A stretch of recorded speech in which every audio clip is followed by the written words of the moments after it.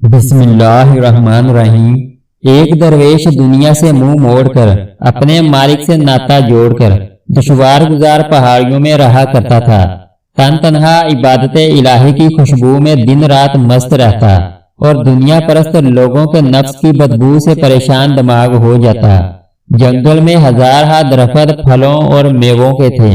اس درویش خدا مست کی خوراک یہی جنگلی پھل اور میوے تھے۔ ان چیزوں کے علاوہ اور کچھ نہیں کھاتا تھا۔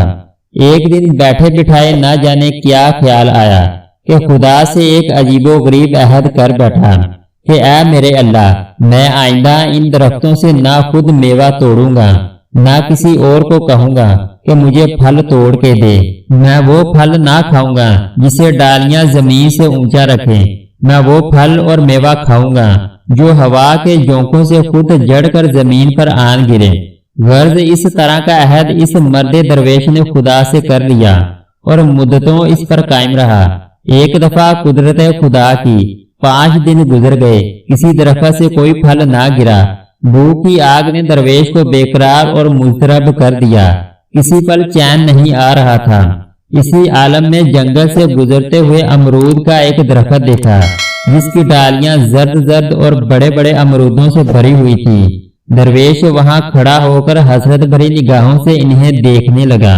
درویش نے بڑا صبر کیا اور خود کو قابو میں رکھا۔ یکا یک زور کی ہوا چلی، درویش کو کچھ سہارا ہوا مگر کافی دیر تک پھل ٹوٹ کر زمین پر نہ گرا۔ صبر حد سے گزر گیا، درویش کا نفس بے قابو ہو گیا۔ میدے کے اندر سے ہوک اٹھی اور خدا سے جو عہد استوار کیا تھا وہ توڑ بیٹھا۔ فوراً ہاتھ بڑھا کر امرود توڑ لیا اور پیڑ کی آگ بجھائی۔ عہد ٹوٹ گیا، غیرت خداوندی حرکت میں آئی۔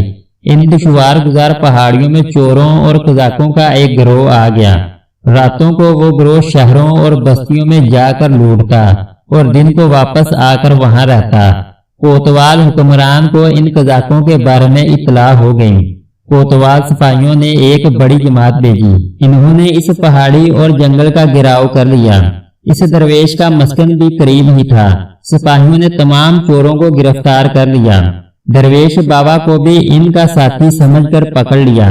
کوتوال نے حکم دیا انہیں جیل میں بند کر دو۔ چند دنوں کے بعد عدالت میں مقدمہ پیش ہوا۔ بعد میں یہ فرمان جاری ہوا کہ ہر ایک کا بایاں پاؤں اور دایاں ہاتھ کاٹ دیا جائے۔ جلاد نے کوتوال کا حکم ملتے ہی تلوار چلانی شروع کر دی۔ وہ ساری جگہ نالو شیون سے گونج اٹھی۔ درویش کا دایاں ہاتھ کٹ گیا۔ جلاد ان کا بایاں پاؤں کاٹنے کے لیے تیار ہو رہا تھا کہ یکا یک ایک گھوڑ سوار تیزی سے وہاں نمودار ہوا اور جلاد سے للکارا، ارے مردود، ذرا دھیان کر، یہ شخص بہت بڑا شیخ اور ابدال وقت ہے۔ تو کیا ظلم ڈھا رہا ہے؟ اب خدا کے عذاب کا انتظار کر۔ گھوڑ سوار کی یہ بات سنتے ہی جلاد کے ہاتھ سے تلوار چھوٹ گئی۔ عالم وحشت میں بھاگا، سیدھا کوتوال کے پاس گیا اور اسے اس حادثے سے آگاہ کیا۔ کوتوال کے ہوش اڑ گئے۔ لرزاں ترسا برہنہ سر اور برہنہ پاؤں درویش کی خدمت میں ہاتھ باندھے حاضر ہوا اور عرض کرنے لگا، اے خدا کے مقبول بندے، مجھے خبر نہ تھی آپ کون ہیں۔ میں نے آپ پر سخت زیادتی کی، لا علمی میں یہ خطا سرزد ہو گئی ہے، خدا کے لیے آپ ہمیں بخش دیجئے۔ درویش نے کہا، اس میں تمہارا کوئی قصور نہیں۔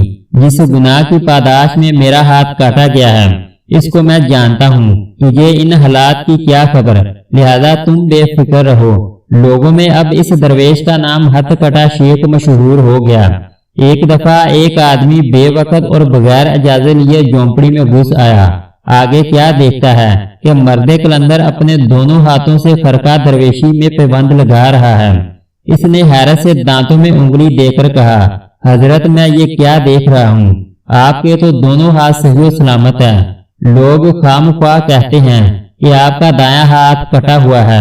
درویش نے کہا، ارے او میری جان کے دشمن، تو جھونپڑی میں بغیر اجازت کیوں آ گیا؟ اس نے ندامت سے عرض کیا، حضرت مجھے آپ کی زیارت کا بے حد اشتیاق تھا، اس شوق میں ملاقات سے مغلوب ہو کر یہ غلطی کر بیٹھا۔ درویش نے اس کی محبت اور خلوص دے کر کہا کہ اب تو آ گیا ہے تو ادھر بیٹھ جا، لیکن خبردار جو کچھ تو نے دیکھا اس کا ذکر میری زندگی میں ظاہر نہ کرنا۔ انسان کے چاہنے یا نہ چاہنے سے کچھ نہیں ہوتا۔ ان کی گفتگو کے دوران ملاقات کے لیے جھونپڑی کے باہر کافی لوگ اکٹھے ہو چکے تھے۔ انہوں نے بھی کسی سوراخ سے شیخ کو دونوں ہاتھوں سے پیوند لگاتے دیکھ لیا تھا۔ ان سب پر درویش کی کرامت کا راز کھل گیا۔ درویش نے دل میں کہا، اے میرے اللہ، اس حکمت سے تو ہی خوب آگاہ ہے۔ میں جتنا اس کو چھپانا چاہتا تھا اتنا ہی تو نے اسے ظاہر کر دیا ہے۔ اسی وقت درویش کو الکا ہوا جب تیرا ہاتھ چوروں کے ساتھ کاٹا گیا تھا۔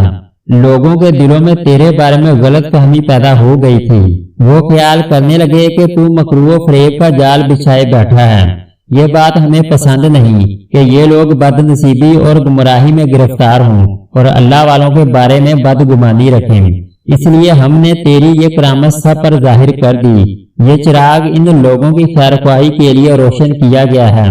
اس الہام کے بعد درویش نے مستانہ وار نعرہ لگایا اور رب العزت کی تسبیح کرتا ہوا سجدہ میں گر گیا اور خوب رویا کہ مالک تو جو کرتا ہے وہ عین حکمت ہے۔ ہم سب کی لغزشیں معاف فرما، اپنے عہد کی پاسداری کرو۔ جب کوئی مسلمان ہوتا ہے تو گویا وہ اپنے رب سے عہد کرتا ہے کہ اے اللہ رب العزت، میں تیرے احکامات کی پیروی کروں گا۔ جو خدا کے ساتھ عہد کر کے توڑتا ہے اسے نقصان اٹھانا پڑتا ہے۔ اگر آپ کو ہماری ویڈیو اچھی لگی تو اس کو لائک اور سبسکرائب کر دیں۔